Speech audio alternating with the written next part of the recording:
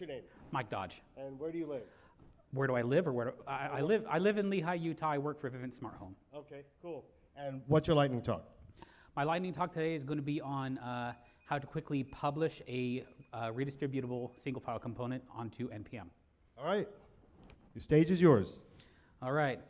So I don't know if you can see the address here, but since it's GitHub, it's a pretty standard format here. mgdodge/view sfc rollup.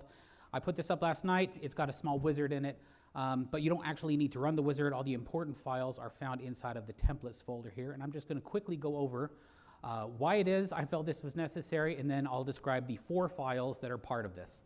At Vivint, we've started using Vue pretty intensely over the past couple of years. But one of the things that we found was difficult was we could write components, we could use components, but there was really no way documented very well to share those components. The Vue documentation is really good in all of the aspects of programming, but not so much publishing. And so I scoured the internet, looked at best practices, and came up with what I think is an excellent way of publishing Vue components. And it all starts with package.json. If we look at this file here, you'll notice that I've got a couple handlebar things in here, and that's because I did prepare a wizard that can actually do some of this for you. But the NPM name obviously is what people will type in when they say npm install your component. The component name itself here, this is going to be the kebab case version of your component's tag name, and that gets placed throughout this file. You'll notice that there are 3 properties here. Main, that's the one that by default all Node applications are going to load when you use a require component sort of thing. Module is more along the lines of Webpack and some of the more recent build tools. They will use that, and this actually is going to be an ES compatible module instead of a UMD declared module.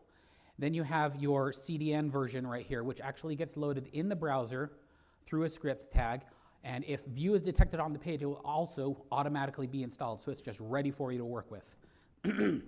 Here in the builds or in the script section, I have 4 build scripts.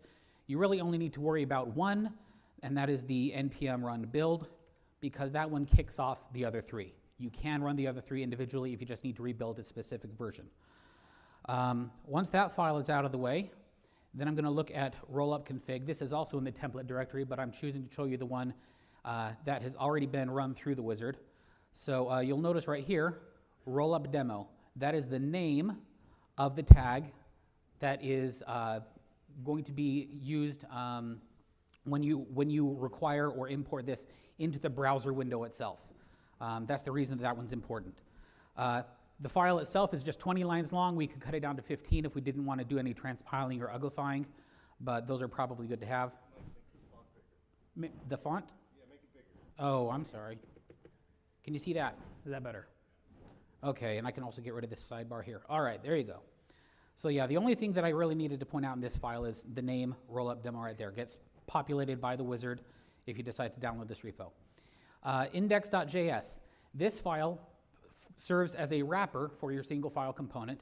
It provides the install function that is used when you you instantiate the component by saying view.use. This is what gets called internally. And down here at the bottom of the file, you'll notice that we have all of the automatic install that actually calls view.use when you're in a browser.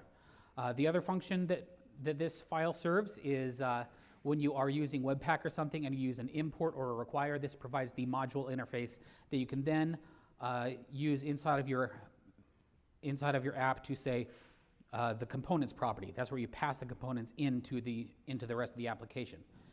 And with those in place, all you need to do is execute npm run build, and you'll notice that it is building 3 files here for me from my single file component. And it is done. So the component right at the top here, component.view, it's a simple counter component. So I've now got 3 different versions of this counter component. One of them, I can include the HTML tag right here.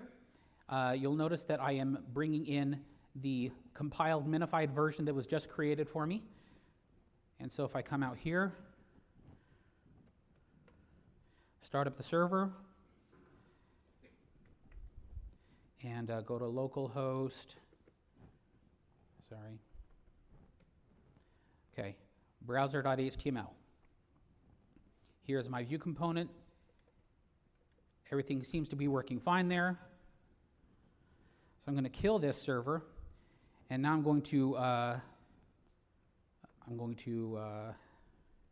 go into the Webpack directory where that app.view file was that I showed you just a moment ago. NPM run dev.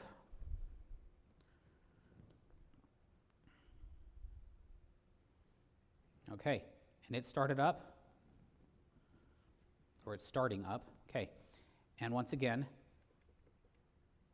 the component seems to be working just fine. And so all of that was done with three total files plus the component itself. The package.json, all you needed was these 3 lines in your build script. Role config, very minimal. Index.js, very minimal, just a wrapper, and the component itself. And that's all that I've got for you.